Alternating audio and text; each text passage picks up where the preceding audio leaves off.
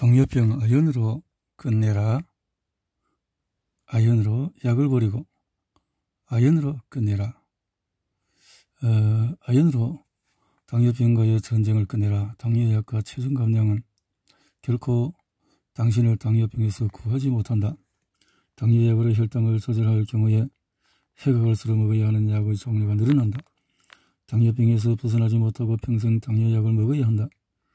언제 닥칠지 모를 저혈당의 위험 속에서 살아야 한다. 합병증에 걸릴까봐 조마조마한 마음으로 살아야 한다.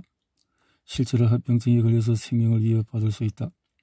아연을 보충할 경우에 당뇨병의 근본 원인이 해소된다.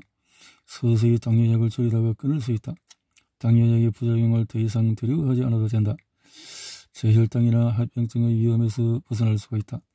당뇨병은 물론 간질환, 고혈압, 빈혈, 우울증과 같은 불면 이런 데서도 신체 및 정신 이상 건강이 전반적으로 좋아진다.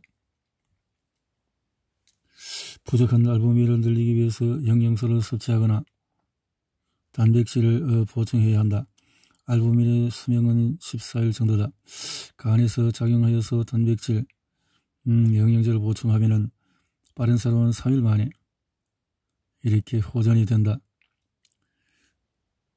도카이 대학의 요이치 박사의 연구에 따르면 나이가 많을수록 알부민의 수치는 낮아진다. 알부민이 줄어들면 대사작용에 필요한 미네랄을 운반할 수 없으므로 소변에 섞여 배설되는 미네랄의 양도 많아지고 그만큼 대사 능력도 떨어진다. 나이가 들면 쉽게 피곤해지는 것도 이 때문이다. 홍삼은 간에 작용하여 알부민의 합성을 촉진하는 약재이다. 골수에도 작용하므로 빈혈 개선에도 효과가 있다. 당뇨병 환자의 몸에는 활발하게 작용하는 알부민의 양이 부족하다. 알부민은 혈액 검사를 통해서 측정되는데 혈액에 들어있는 것은 몸속 전체의 분량의 30에서 40% 정도다. 나머지는 혈관 이외의 세포나 조직에 분포되어서 균형을 이룬다. 혈액 검사에서 알부민 수치가 낮다는 결과가 나오면 영양 상태가 아주 나쁘다는 뜻이므로 식사 내용을 개선하는 게 시급하다. 알부민은 혈액 속의 수분을 조절하는 역할도 맡고 있다. 알부민은 미네랄을 운반하는 용달차이다. 알부민은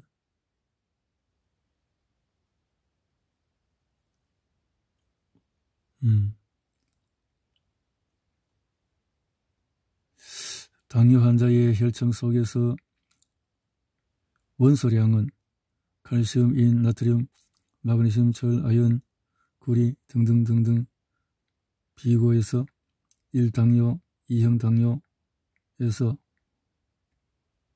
영양이 얼마나 필요하냐.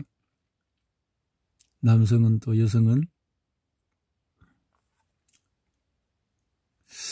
약을 넣으려면 간 기능이 떨어진다. 우리가 식사를 하면 몸이 따뜻해지고 식후에 몇 시간은 대사량이 그래서 열량 소비가 늘어난다. 먹은 음식이 소화 흡수되어서 간에서 이렇게 열이 생기기 때문이다. 이 열은 간이 포도당을 또 이렇게 대사하기 때문에 반면에 과음한 다음 날에 체온이 떨어지는 경우도 있다. 이것은 알코올을 해독하는 게 부담이 되어서 열을 만들 수 없는 상태이다. 간 기능을 좋게 하고 싶을 때는 해독이 필요한 술과 약, 또 유해 물질에 오염된 식품 중에서 한 가지라도 줄이는 것이 중요하다. 내장지방은 임시로 쌓아둔 에너지다. 내장지방, 간이 더 들어올 틈이 없어요. 그렇다면 이 근처에 쌓아두라. 그래서 밖에다가 지방세포로 영양소 배달권 알부민을 사수하라. 미네랄과 같은 필수 영양소가 혈액을 통해서 장기와 세포에 운반되지 않으면 우리는 건강을 유지할 수가 없다. 이 중요한 역할을 하는 물질이 단백질 알부민이다. 인체의 소중한 배달권인 알부민도 간에서 만들어진다. 알부민이 부족하면은 엉성하게 엮은 소쿠리에서 물이 새듯이 오줌과 함께 영양소가 배설된다. 그 영양으로 포도당의 대사가 일어나지 않아서 혈당이 오르기 쉽다. 당뇨병에 걸리면 알부민이 영양소, 미네랄 대신에 포도당과 결합해버린다. 더구나 달라붙은 포도당은 절대로 떨어지지 않는다. 제1장에서 설명했듯이 이런 이유로 당뇨병 환자에게는 영양소가 모자라게 되어진다. 내장지방은 혈당도 혈압도 높인다. 우리가 먹은 음식은 소화 흡수되어서 대부분 간으로 들어간다. 이때 섭취 열량이 지나치게 많으면 운반되는 도중에 체증이 생겨서 남아도는 열량을 길 옆에 쌓아둔 상태가 되는데 이것이 내장지방이다.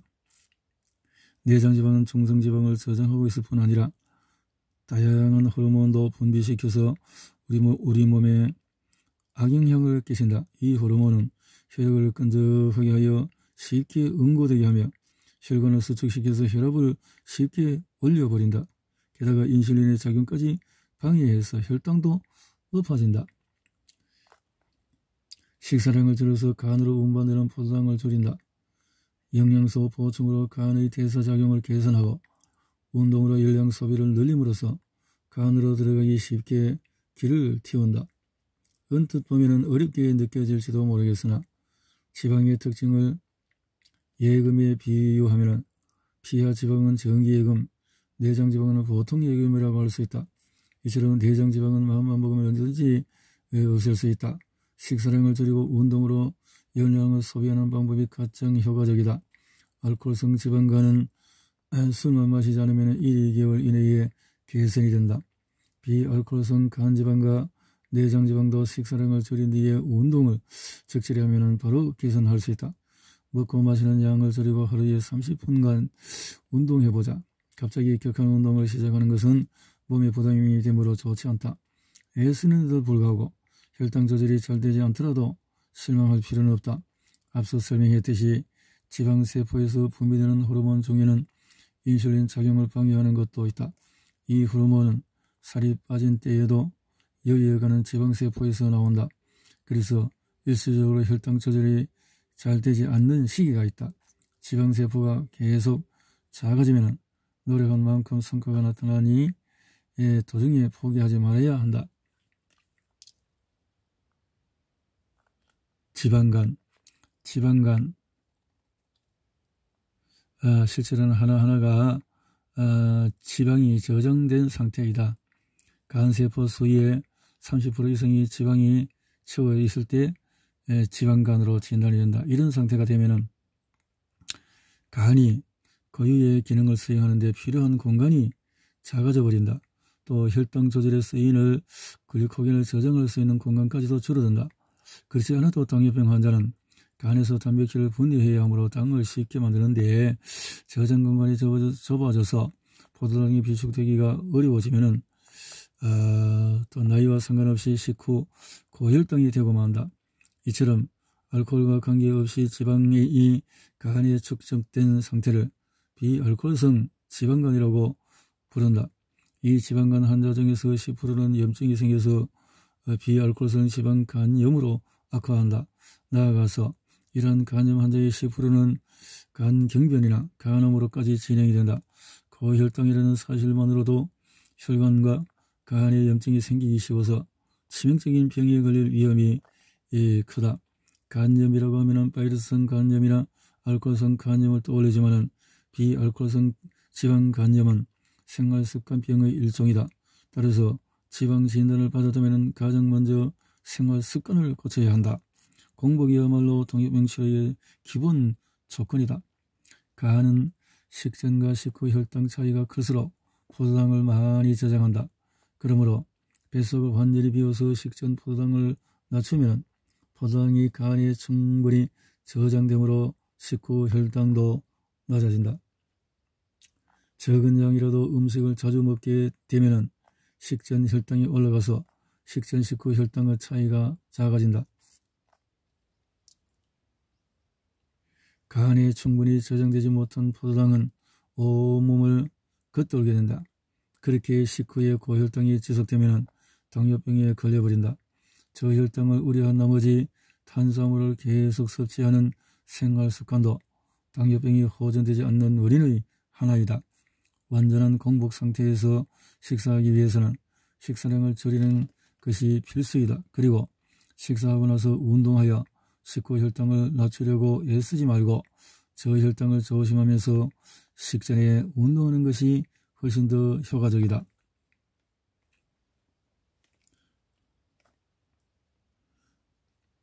자, 해독하는 역할에만 그렇게 하면은 치중하게 된다. 그러면 간이 하던 혈당 조절 기능이 뒷전으로 미뤄져서 저혈당을 일으키고 이를 감지한 뇌가 에너지 부족을 메우려고 배고픔을 느끼게 하기 때문에 라면을 먹게 되는 것이다.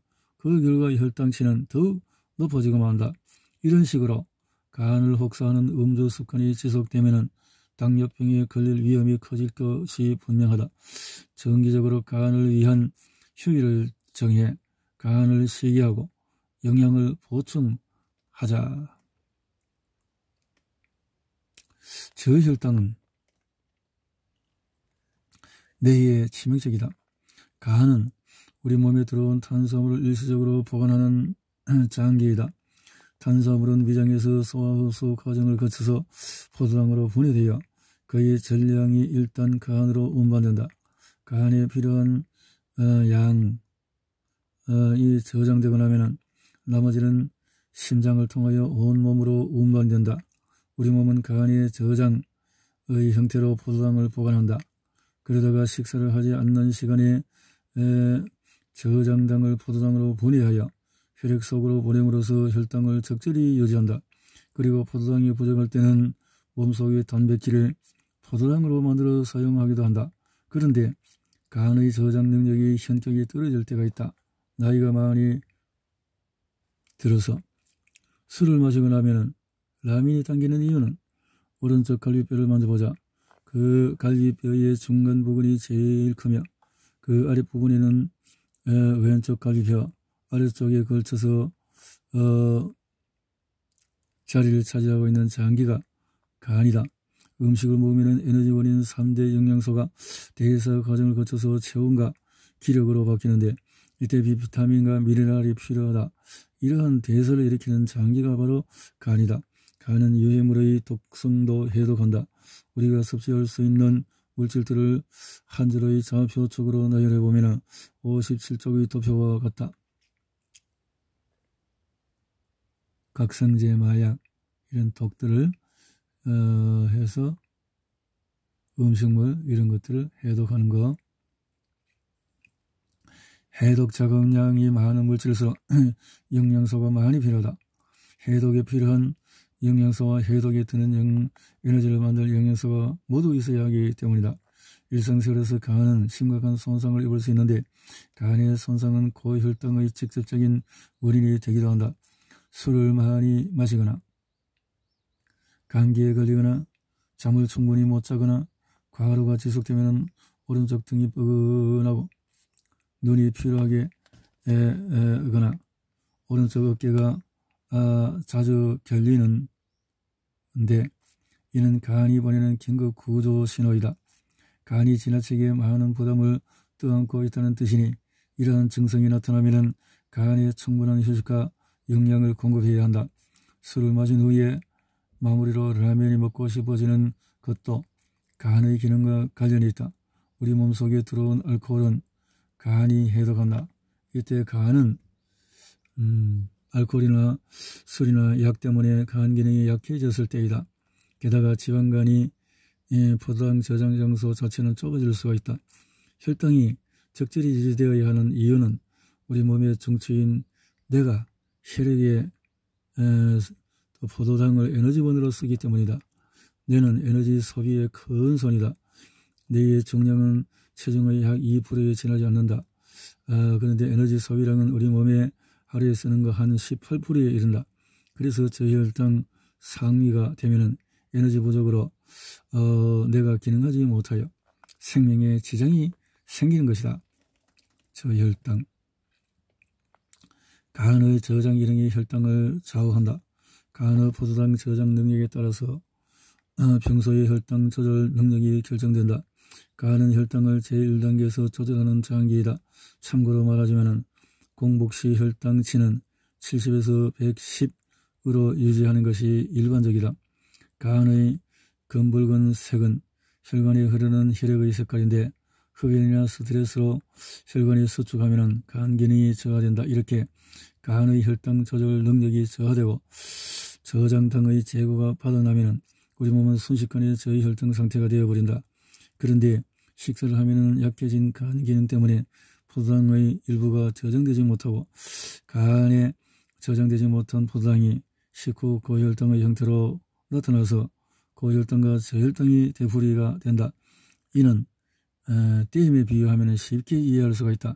건강한 사람의 간은 저수 능력이 큰 댐에 비유될 수 있다. 여기는 포도당을 많이 저장할 수 있다. 댐이 크면은 필요에 따라서 조금씩 방수할 수 있으므로 강의 하류가 말라버리는 일은 없다. 공복 시에도 저혈당을 일으키지 않는 것도 같은 원리이다. 그러나 저장 기능을 충분히 발휘하지 못하는 간은 자그마한 모래막의 댐과 같다. 집중적으로 포구가 쏟으면 금방 독이 터져서 물이 흘러넘친다. 즉 식사 후에 생긴 포도당을 많이 저장하지 못하기 때문에 혈당이 급격히 흘러넘쳐서 식후 고혈당이 되고 마는 것이다. 간이 정상적으로 저장 기능을 발휘하면 포도당이 넘치더라도 인슐린이 이를 세포 속으로 들여보내므로 식후 2시간 만에 혈당은 안정이 된다.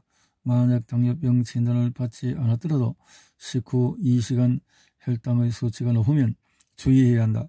간의 포도당 저장 능력은 나이가 드는 것뿐만 아니라 생활 습관에 따라서도 좌우된다.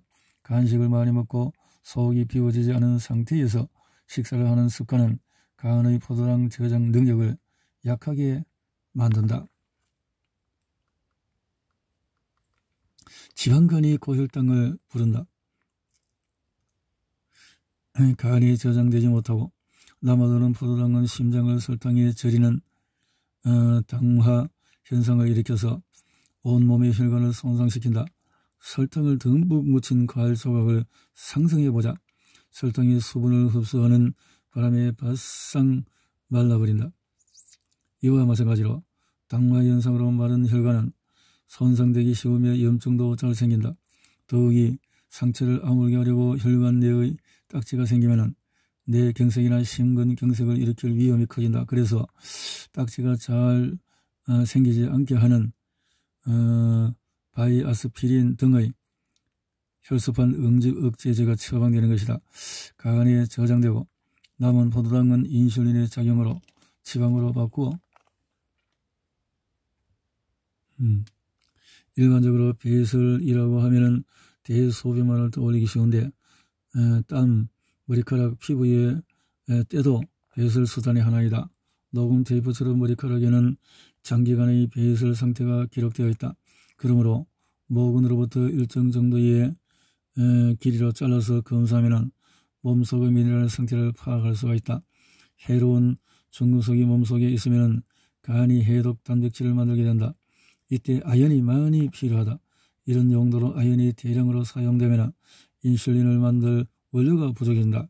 이것이 혈당이 높아진 원인이라고 판단했고 그 환자에게 2주일 동안만 아연이 함유된 보충제를 먹어보게 하였다.